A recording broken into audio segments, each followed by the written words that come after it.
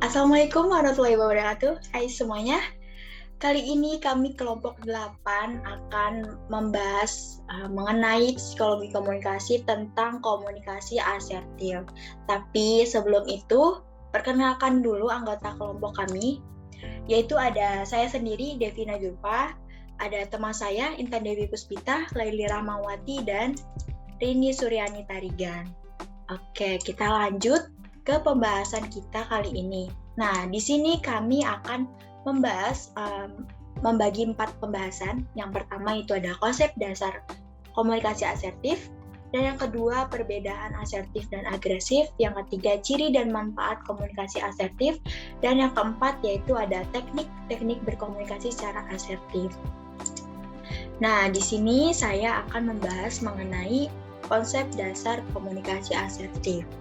Dan perlu diketahui, komunikasi asertif adalah kemampuan seseorang untuk berkomunikasi secara efektif tanpa terlalu banyak terganggu dengan apa yang orang lain mungkin pikirkan atau katakan, sehingga memikirkan atau mengenai kesehatan jiwa kita. Dan ini menurut Pratanti tahun 2007, dalam bersikap asertif, seseorang dituntut untuk jujur terhadap dirinya dalam menegakkan atau mengekspresikan perasaan, pendapat, dan kebutuhan secara proporsional tanpa ada maksud untuk memanipulasi, memanfaatkan, ataupun merugikan pihak lain. Dan kenapa kita harus berkomunikasi secara jujur? Pernah nggak kalian sedang melakukan kegiatan komunikasi, tapi kalian tuh merasa diri kita ini terjolimi, atau perasaan kita tuh merasa tidak bisa menolak permintaan orang lain? Kita selalu menjadi orang yang okay person, yang selalu bilang iya, tapi di dalam hatinya mengatakan tidak gitu. Atau batin kita tuh merasa tersiksa saat melakukan komunikasi tersebut. Nah, di sini maksud dari munculnya komunikasi asertif adalah untuk membuat kita menjadi individu yang lebih sehat secara mental dan jiwanya. Kalau kita sudah merasa diabaikan saat berkomunikasi atau merasa kita ini tertekan, dan itu udah waktunya kita untuk melakukan komunikasi asertif atau berperilaku secara asertif. Nah, itu adalah pengantar dari komunikasi asertif ini. Oke, selanjutnya kita akan ngebahas mengenai perbedaan secara asertif dan agresif itu apa. Baik, di sini saya Rini Suryani Tarigan akan menjelaskan perbedaan asertif dan agresif. Asertif yang pertama mampu membuat permintaan kepada orang lain dengan cara wajar tanpa menunjukkan sikap kuasa atau kata perintah. Yang kedua, mampu menolak permintaan orang lain dengan sikap wajar, sopan, dan tidak menyakiti perasaan orang lain dan perasaan diri sendiri. Yang ketiga, berbicara dengan intonasi tegang, volume suara cukup, dan terasa lemah lembut. Agresif. Yang pertama, terlalu banyak membuat permintaan kepada orang lain. Yang kedua, terlalu dominan dalam menyuruh dan memerintah orang lain. Yang ketiga, intonasi suara tinggi dan berbicara keras dengan berapi-api. Ada perbedaan tipis yang dapat menyebabkan perilaku asertif menjurus ke arah perilaku agresif. Agar tidak salah dalam bertindak, kita harus ketahui dulu perbedaan antara perilaku asertif dan agresif. Kalau perilaku asertif itu saya menuntut keadilan.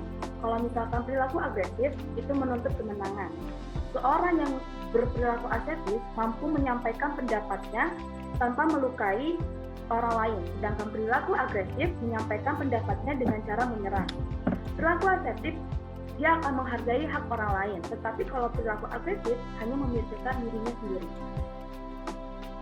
Nama saya Intan Dewi Puspita, saya akan menjelaskan tentang manfaat komunikasi asertif. Manfaat asertif menurut Alberti dan Emmons tahun 2001 ada 4. Yang pertama, individu dapat mempertahankan haknya tanpa menyakiti dan merugikan orang lain. Yang memuaskan dan melegakan hati semua orang. Yang ketiga, sudut pandang psikologi humanistik dan eksistensial individu yang asertif. Individu yang mampu asertif dapat membangun hubungan interpersonal yang positif. Di sini saya, Laili Rahmawati, akan menyampaikan tentang ciri-ciri komunikasi asertif. Yang pertama, mempunyai rasa percaya diri yang tinggi. Yang kedua, dapat berkomunikasi dengan semua orang. Yang ketiga, mempunyai pandangan aktif tentang hidupnya. Yang keempat, membuat hubungan lebih baik. Komunikasi asertif yang lancar dan tidak mengalami hambatan apapun akan mendorong terjadinya hubungan yang positif terhadap rekan, keluarga, dan kolega. Yang terakhir, berani mengungkapkan perasaan, kebutuhan, pikiran dengan mempertahankan pikiran dan perasaan orang lain. Yang selanjutnya, ada teknik komunikasi asertif. Yang pertama itu empati atau validasi, yaitu mencoba untuk merasakan sesuatu yang memperlihatkan pemahaman atau pengertian terhadap perasaan orang lain. Yang kedua, pernyataan masalah, yaitu suatu hal yang menggambarkan kesulitan yang dirasakan. Yang terakhir itu menyatakan apa yang dirasakan, yaitu suatu permintaan khusus untuk perubahan yang khusus dalam perilaku orang lain. Nah, itu dia. Jadi sebelumnya kita udah ngebahas ya mengenai apa itu komunikasi asertif, terus yang kemudian perbedaan asertif dan agresif itu apa, ciri dan manfaat komunikasi asertif itu apa, dan yang terakhir tadi teknik-teknik untuk berkomunikasi secara asertif. Nah, di sini saya akan memberikan rumus untuk berkomunikasi secara asertif. Di sini rumusnya yaitu ada DESC. Rumus untuk D ini apa sih? D itu mendeskripsikan apa? Mendeskripsikan kejadian yang sudah kita alami sebelumnya, dan kejadian yang di sini harus bersifatlah fakta, harus bersifat faktual, harus real, benar-benar kalian alami. Dan kemudian E ini apa? E ini untuk mengekspresikan rasa kita, perasaan kita terhadap kejadian tersebut.